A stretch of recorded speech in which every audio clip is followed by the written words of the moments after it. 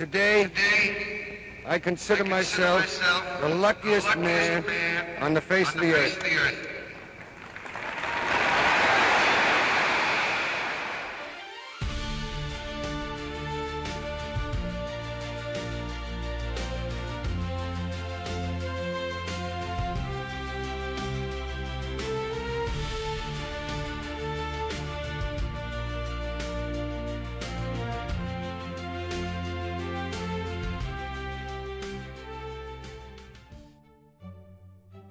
Baseball has seen giants.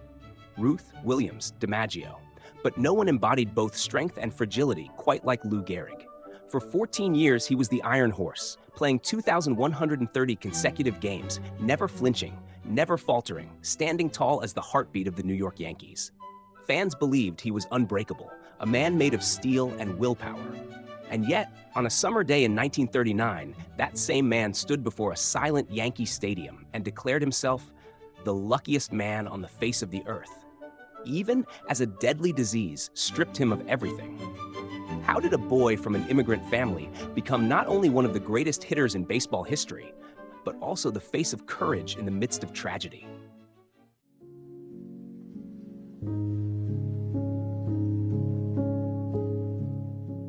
Henry Louis Gehrig was born on June 19, 1903, in New York City, the only surviving child of German immigrant parents.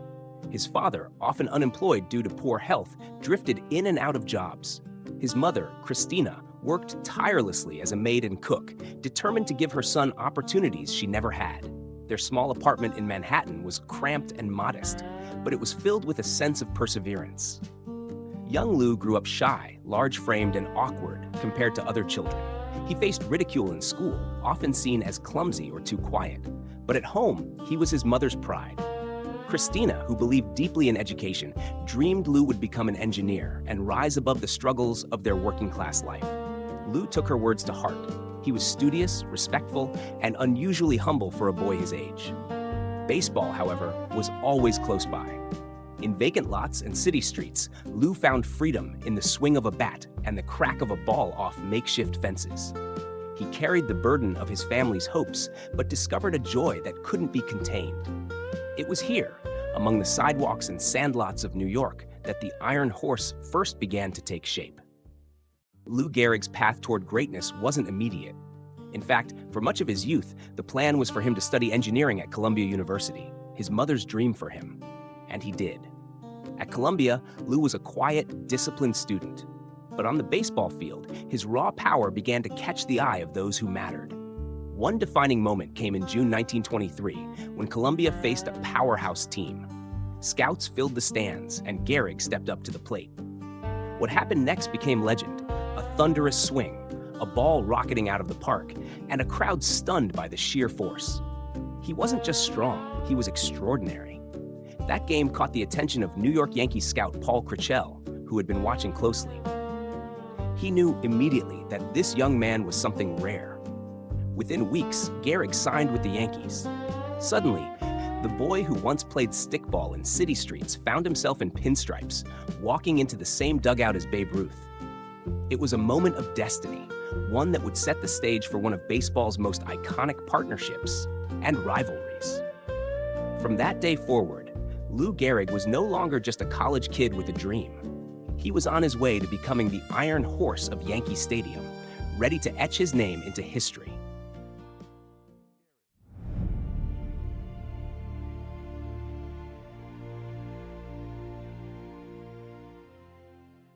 Once Lou Gehrig put on the pinstripes, he never looked back.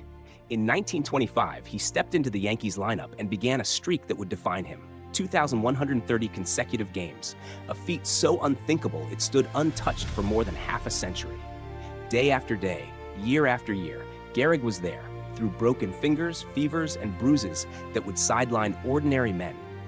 He earned the name the Iron Horse, not just for his durability, but for the steady power he brought to every at-bat. His swing was compact yet devastating, producing line drives that seemed to leap off his bat. By 1927, Gehrig was no longer just Babe Ruth's quiet teammate. He was a force of his own. That year, the Yankees assembled what is still called Murderer's Row, with Ruth and Gehrig anchoring the heart of the lineup. Ruth hit 60 home runs, but Gehrig drove in 175 runs, capturing the American League MVP award. Together, they were unstoppable, rewriting what dominance in baseball looked like. But Lou was more than just Ruth's partner. He was his contrast. While Ruth lived loudly, flashing charisma, chasing headlines and indulging in the nightlife, Gehrig was humble, disciplined, almost painfully shy. He let his bat do the talking. Over his career, he posted a .340 batting average, hit 493 home runs, and collected 1,995 RBIs. He was especially feared in clutch moments. His 23 career Grand Slams stood as a major league record for decades. With Gehrig in the lineup, the Yankees became a dynasty. He won 6 World Series championships, made 7 All-Star teams, and claimed 2 MVP titles. Fans adored him not for theatrics, but for reliability.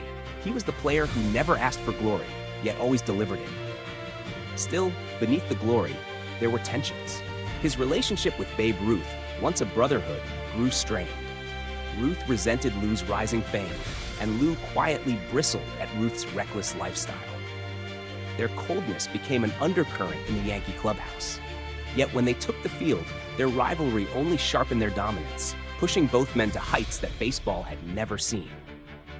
For nearly 15 years, Lou Gehrig was the unshakable foundation of the New York Yankees, a man who never missed a game, never stopped producing, and never broke character. To many, he seemed indestructible. But the Iron Horse was about to face a battle that even he could not win. In the spring of 1938, something began to change. The Iron Horse, the man who had once seemed invincible, started to slow. Balls he used to drive into the gaps now died in the infield. His once fluid stride looked heavy, uncertain. Fans whispered that age was catching up to him. But what they didn't know was far darker. By early 1939, the signs could no longer be ignored. Gehrig's hands felt weak. His coordination faltered. Simple throws and routine swings became struggles. Doctors delivered the devastating truth. He was suffering from amyotrophic lateral sclerosis, a rare and incurable disease that attacked the nervous system. In time, it would take away his ability to walk, to speak, even to breathe. On May 2, 1939, Lou Gehrig ended his legendary streak, quietly removing himself from the lineup after 2,130 consecutive games. The stadium that had cheered his strength now fell silent as he stepped aside. The Iron Horse was no longer unbreakable.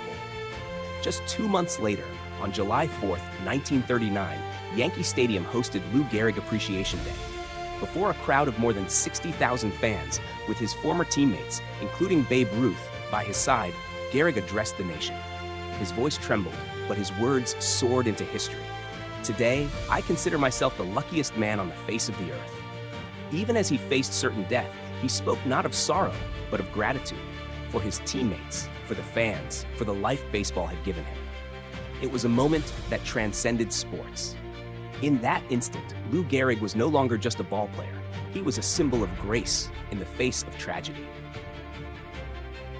Lou Gehrig passed away on June 2, 1941, just 17 days before his 38th birthday. The man who once seemed carved from iron was gone far too soon, but his memory only grew larger. Within months, Hollywood released The Pride of the Yankees, immortalizing his story for generations. His number 4 jersey became the very first ever retired in Major League Baseball, a permanent reminder that some legends can never be replaced. Gehrig's battle with ALS gave the disease a name that still echoes today, Lou Gehrig's disease. But beyond the diagnosis, he left behind a lesson deeper than any box score. He showed that greatness isn't only measured in home runs or championships. It's measured in dignity, in humility, in the courage to face the unthinkable with grace. Fans who saw him play remembered the power of his swing, the reliability of his glove, and the streak that seemed endless. But what they cherished most was the man who, when stripped of everything, stood before the world and declared himself lucky. His words still resonate, etched into the soul of baseball and American culture. Lou Gehrig was more than the Iron Horse. He was proof that even in life's cruelest moments, a man can inspire millions simply by the way he carries himself. His body may have been broken, but his spirit remains unshakable. And that is why, more than 80 years later, Lou Gehrig's name still stands as one of the most enduring in the game's history.